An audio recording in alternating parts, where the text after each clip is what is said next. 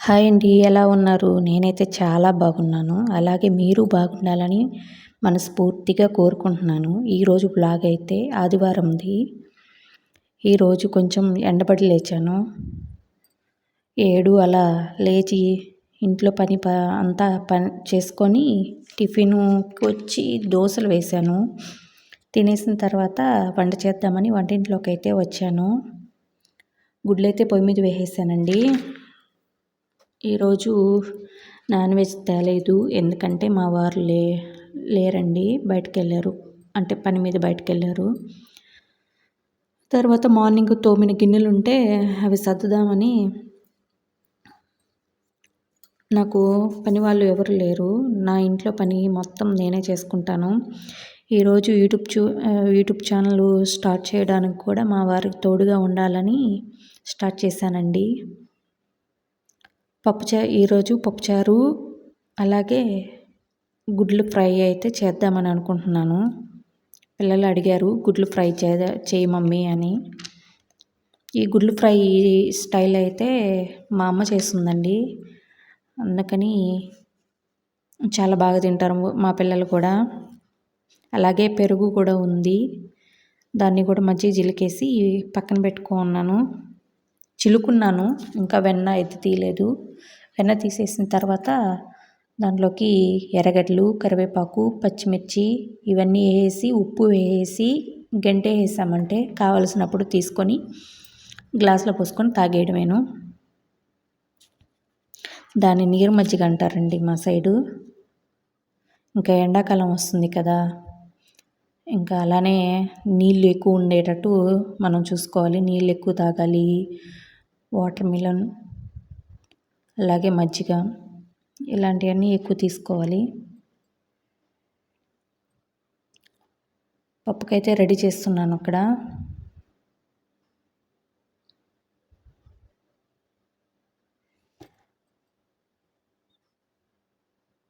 కూరగాయలన్నీ అయిపోయినాయండి. ఒక్కొక్కటిగా తీసుకోవాలి. వస్తే తీసుకోవాలి. బండి రావట్లేదు. మా వారు పని మీద వెళ్తున్నారులే అని చెప్పి నేను ఆయనకి చెప్పట్లేదు.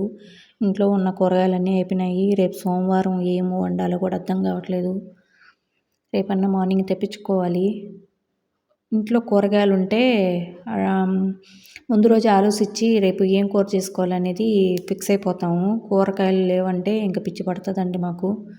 రేపు మార్నింగ్ ఏం చేయాలి అని. గుడ్లు అయితే ఉడికిపోయాయి, తీసి పక్కన పెట్టేసుకున్నాను.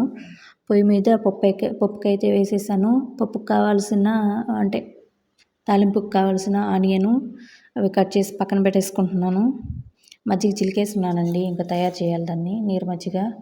అలా చేస్తే మా పిల్లలు ఎప్పుడు కావాలంటే అప్పుడు గ్లాసులో పోసుకొని తాగేస్తూ ఉంటారనమాట.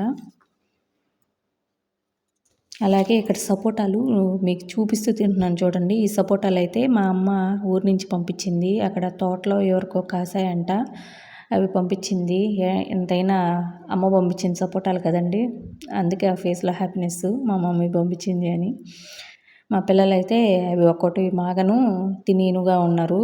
అంటే పంపించిన రోజు అవి పచ్చి కాయలుగా ఉన్నాయి. అవి ఒక్కొక్కటి మాగుతూ ఉంటే మా పిల్లలు తింటా ఉన్నారు. నేను ఈరోజు మాగుంటే తీసుకొని తింటా ఉన్నాను.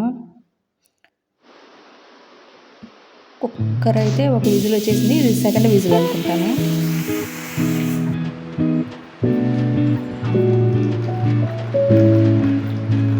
మజ్జిగ అయితే చిలికేస్తూ ఉన్నానండి ఇక్కడ. చూడండి, కారము, సాల్టు, పసుపు, మిరియాల పౌడర్ ఇవన్నీ వేసేసి ఆయిల్ వేసేసుకోవాలి ఫస్ట్. ఇవన్నీ వేసి స్టవ్ ఆఫ్ చేసేసుకొని గుడ్లకి ఘాట్లు పెట్టుకోవాలి. 4 సైడ్లు 4 ఘాట్లు పెట్టేసుకొని ఆ గుడ్లు దాంట్లో అంటే వేసేసి అట్లా కలిపెట్టేస్తే సూపరు స్పైసీగా వస్తుంది. అంటే పప్పుచారులోకి, సాంబార్లోకి, ఆకుపప్పు వీటిల్లోకి చాలా బాగుంటుంది. ఇట్లా సైడ్ డిష్గా బాగుంటుంది. ఒట్టిగా తినలేములేండి, ఎక్కువ ఘాటు ఉంటుందన్నమాట ఈ మిరియాల పొడి, మిరప్పొడి ఇవన్నీ. ఇకపోతే అది ఉంటుంది కదండి, ఇప్పుడు మిరియాల పొడి ఇవన్నీ వేసినాం కదా, పేస్ట్ కూడా మనం వట్టి రైస్లో కూడా తినొచ్చు. ఎక్కువ రైస్లో కదలండి, ఒక 2 ముద్దలకు తింటే సూపర్ టేస్ట్ ఉంటుంది. నాకు కూడా చాలా బాగా ఇష్టం ఇది. పప్పు అయిపోయింది, గుడ్లు ఫ్రై అయిపోయింది.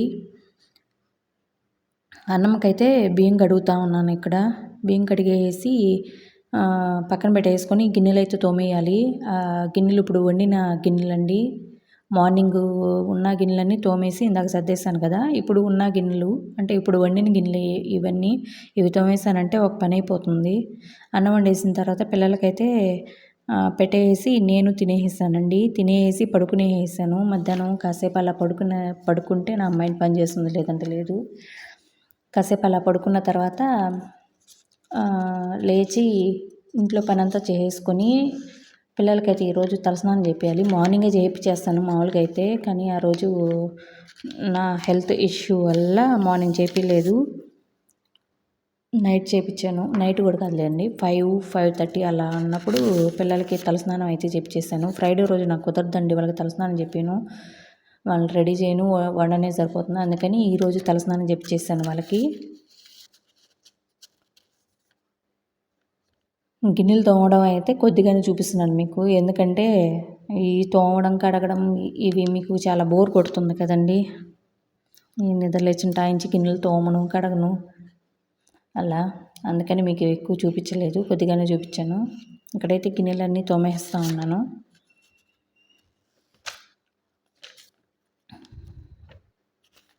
అలాగే నా ఛానల్లో మీకు నా వ్లాగ్స్ నచ్చినట్లయితే లైక్ చేసి, షేర్ చేసి, సబ్స్క్రైబ్ చేసుకోండి ప్లీజ్ అండి.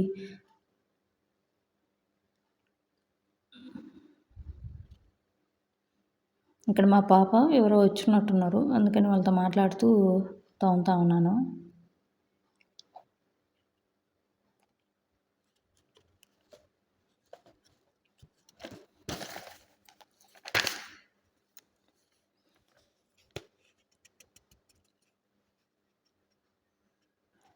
గిన్నెలన్నీ అయితే అక్కడ తోమేశానండి, పని అయిపోయింది.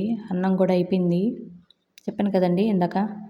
సారీ, నేను ముందే చెప్పేశాను అవన్నీ. ఇక్కడ మా పాప పద్ధతిగా కూర్చొని చదువుకుంటుంది చూడండి బెడ్రూమ్లో. పెద్ద పాప, ఈ పాప 8th క్లాసు.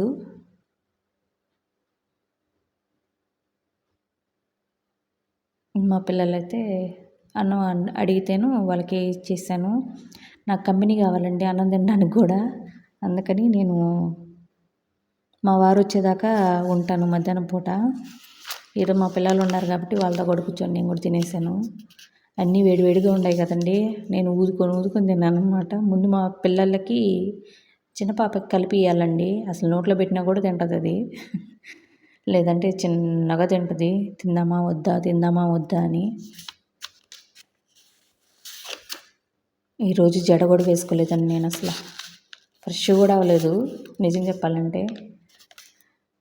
ఫేస్ వాష్ చేసుకొని అలా ఈరోజు కంటిన్యూ అయిపోయాను.